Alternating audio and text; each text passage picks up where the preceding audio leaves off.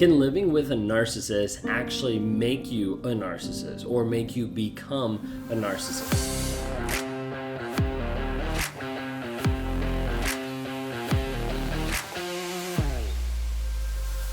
If you guys are new here, my name is Ben Taylor. I'm a self-aware narcissist on this channel to provide awareness, growth, healing, and change. I'm the founder of Raw Motivations, the creator of the Narcissistic, and your guide in the 45-day Clarity Challenge. If you hadn't had a chance to check that out, go to claritychallenge.net. If you guys what you like, and if you like what you see here on any of the platforms that I have, on any of the content that I put out, please subscribe. And please like, rate, review, share, anything to help spread awareness about narcissism. And if you like what you hear about my story, about different things that I'm talking about, please subscribe so that other people can understand and see, and you can get notifications whenever we have new videos that drop on a daily basis. Well, today we're going to be talking about the idea of, can spending time with a narcissist actually make you a narcissist? The time, the interaction, the space, all the different things that happen in a narcissistic or toxic relationship, can that make you a narcissist? Can that make you toxic as well? Okay, so part of the people that ask this oftentimes go to the idea of saying hey, can I turn into one? And so we're going to talk about today, can you turn into a narcissist? And then what is happening with you today and with toxicity? What is actually going on? What does that look like? What does that feel like? And what do we need to do about it? Okay, so when we talk about narcissism, narcissists have a lot of side effects that happen when you're involved in a relationship with a toxic person. Now, a lot of times when we talk about toxicity and we talk about being with a toxic person, you'll see a phrase pop up, typically as called reactive abuse.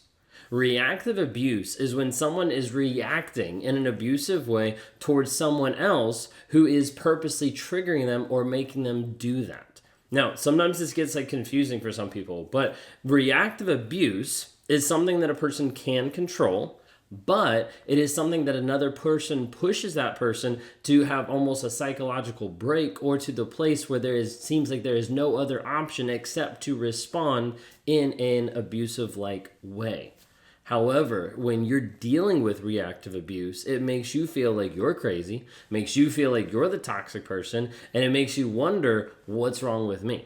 A lot of times when people are dealing with reactive abuse, people focus on the reaction, how you respond after you've been dealing with the silent treatment for 13 years, or how you respond after you've been dealing with someone poking you in one area for a long period of time. People focus on the reaction, and they don't focus on the action that actually caused or started that chain of events for the reaction. Reactive abuse is real, and oftentimes we will see that in dealing with a narcissistic relationship.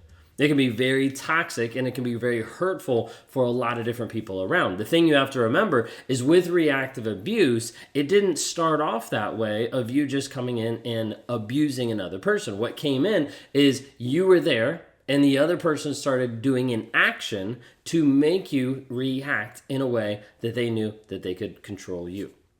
Okay, a lot of times you'll see the reactive abuse pop up of where a narcissist will slowly poke and prod you time and time again until all of a sudden you just rage out.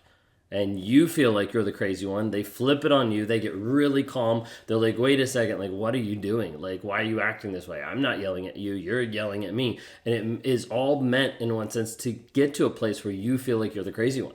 Okay, there's a lot of different side effects that happen when you're dealing with a narcissist. Reactive abuse is a huge one of those. Okay, sometimes raging out, sometimes the silent treatment, sometimes the aspect of dog whistling. Okay, where in private there's something that you've either shared that you're vulnerable about that you don't want everybody else to know, or something that the narcissist knows that they can push your buttons to make you upset, and they do that all the time and make you upset in private. And then when they go in public, they'll use some of those same phrasing and wording to trigger that same response in front of other people to make you feel like you're crazy in front of other people and make everybody else be like, whoa, what's wrong with that person? So we see that happen with dog whistling too. Okay, but with this, a huge part of the side effect is producing intense feelings outside of the normal response. When you're dealing with reactive abuse, when you're reacting to a situation that has put you in a place to make you feel crazy, even gaslighting, lying, a whole different aspect of it, like when you're put in that place, this isn't something that is normal to the people around you. This isn't something that you normally respond to in these ways around your loved ones, your friends, your family, like other people, your coworkers, all these other people. Like this isn't a normal thing. And that's the first thing you need to understand. Like, wait a second, like something's different.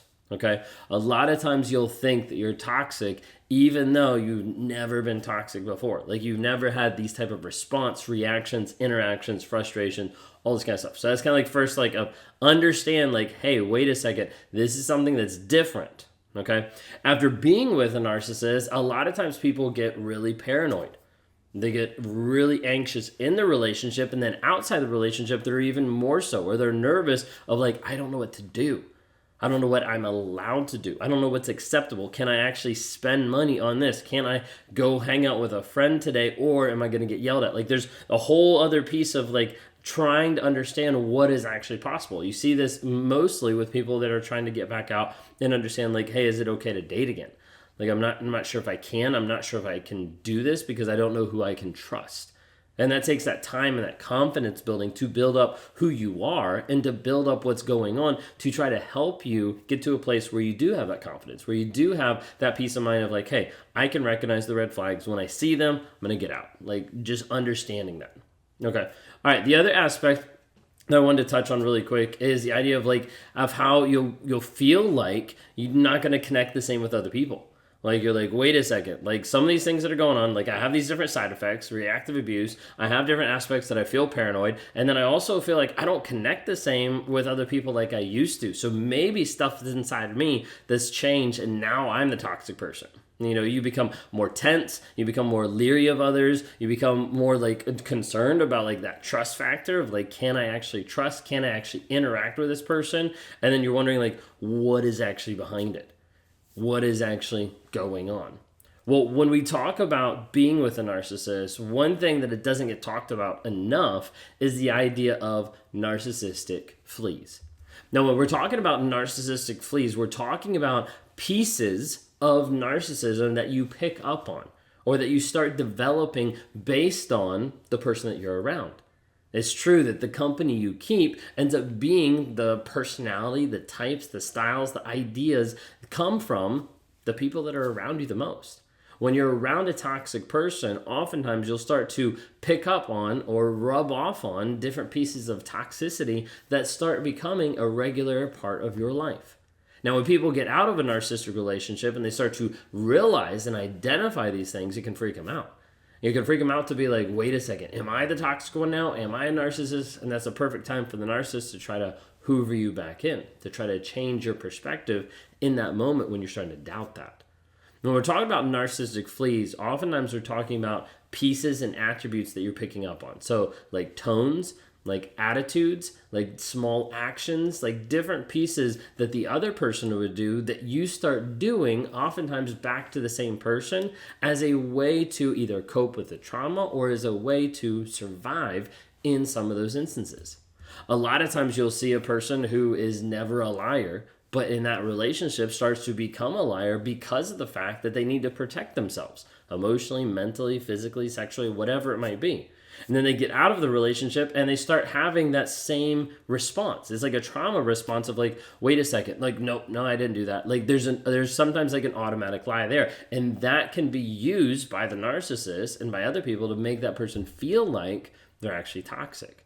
When in reality, they're still dealing with the trauma of being with a toxic person and working on taking those things back down. Okay, so like lied to stay safe. Sometimes you'll have out of the narcissistic relationship, you'll have, where you're yelling at people, where you're screaming at the kids, different things like that. That's not the norm. And as you look back on your relationship and as you look back before the relationship, you're like, I never used to act like this. I never used to respond or react like this. Maybe you're like snappy due to like the conditioning that they put you through. And it feels like you don't care about others the same. And not because like you don't actually care about people, but because you've been trained to put the ex or the narcissist as the center of everything versus like everybody else. And a lot of times people feel like, man, I don't care about the narcissist. I don't care about the ex. Maybe there's something wrong with me. Maybe I'm toxic. And a lot of that is actually you starting to acknowledge your worth and what's actually happening. Well, last but not least, to kind of like wrap all of this up, you cannot become a narcissist by being with one. But you can pick up on some serious toxic traits when you're around that toxicity on a day-to-day basis. And that's something that if you see that and you identify that, that's something to go ahead and get help for. Start to reach out, get into therapy, start working with a coach, like anything to try to be able to educate yourself on what it is and how to be able to work through that process. For me, one of the things that I focus on is trying to help people break the trauma bond, get away from that aspect, break through the rumination, get through the detox phase of dealing with a narcissist and going no contact, and to help people build healthy boundaries. Oftentimes, it is really hard for people to be able to figure out what is wrong, what is true, and what they need to do to be able to work through that. Whether that's to start journaling, whether that's to rewire their mindset, whether that's the stories that they believe. There's so many different things we touch on and we talk about based on where you are. And I'm not a fan of just pushing people towards a certain program or a certain step or a certain thing. There's things that I try to help people understand and see from a narcissistic perspective. But ideally, what I'm trying to do on a day-to-day basis when I work with people is to guide you to truth, your truth of what you actually want, of the direction you're actually going, and how you're actually going to get there. If you can identify where you are, we can identify a plan to move forward and grow, heal, change, and develop. If you want to talk to me sometime one-on-one, would love to interact with you. You can go to rawmotivations.com, click on one-on-ones, and we can schedule a time to be able to get together and work through your healing and set up a plan for your growth and your development.